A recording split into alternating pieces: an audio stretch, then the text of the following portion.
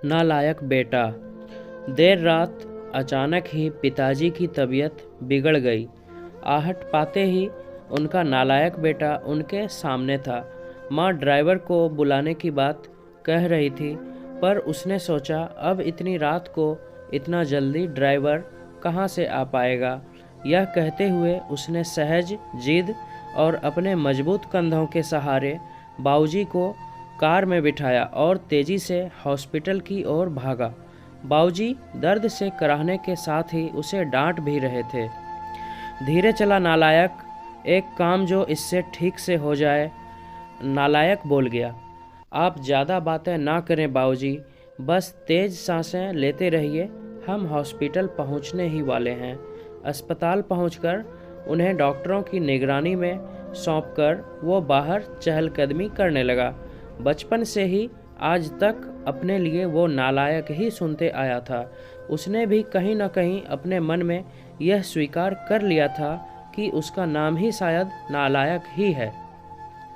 तभी तो स्कूल के समय से ही घर के लगभग सभी लोग कहते थे कि नालायक फिर से फेल हो गया। नालायक को अपने यहाँ कोई चपरासी भी ना रखे, कोई बेवकूफ़ ही इस नालायक को अपनी बेटी देगा।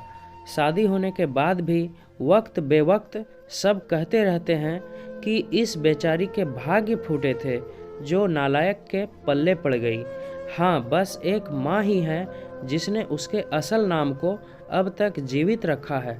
पर आज अगर उसके बाबूजी को कुछ हो गया तो शायद वे भी इस ख्याल के आते ही उसकी आंखें छलक गई और वो उनके लिए हॉस्पिटल में बने एक मंदिर में प्रार्थना में डूब गया।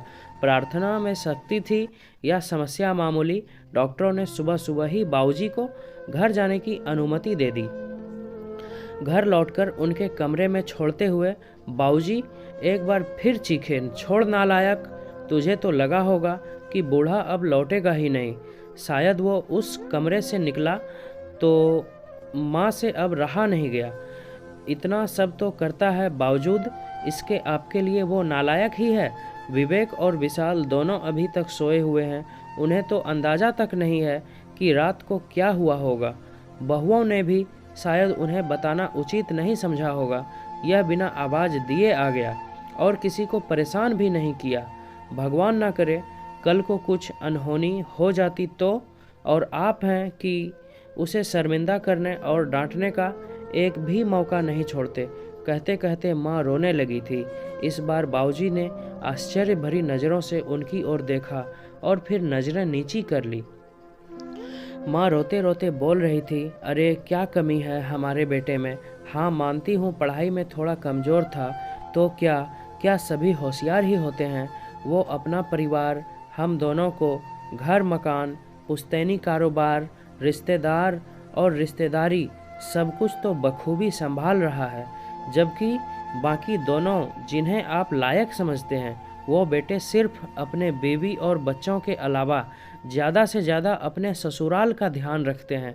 कभी पूछा आपसे कि आपकी तबीयत कैसी है? और आप हैं कि? बाबूजी बोले, सरला, तुम भी मेरी भावना नहीं समझ पाई। मेरे शब्द ही पकड़े ना। क्या तुझे भी यही लगता है कि इतना सब के होने के भी बाद इसे बेटा कह के नहीं बुला पाने का, गले से नहीं लगा पाने का दुख तो मुझे नहीं है? क्या मेरा दिल पत्थर का है?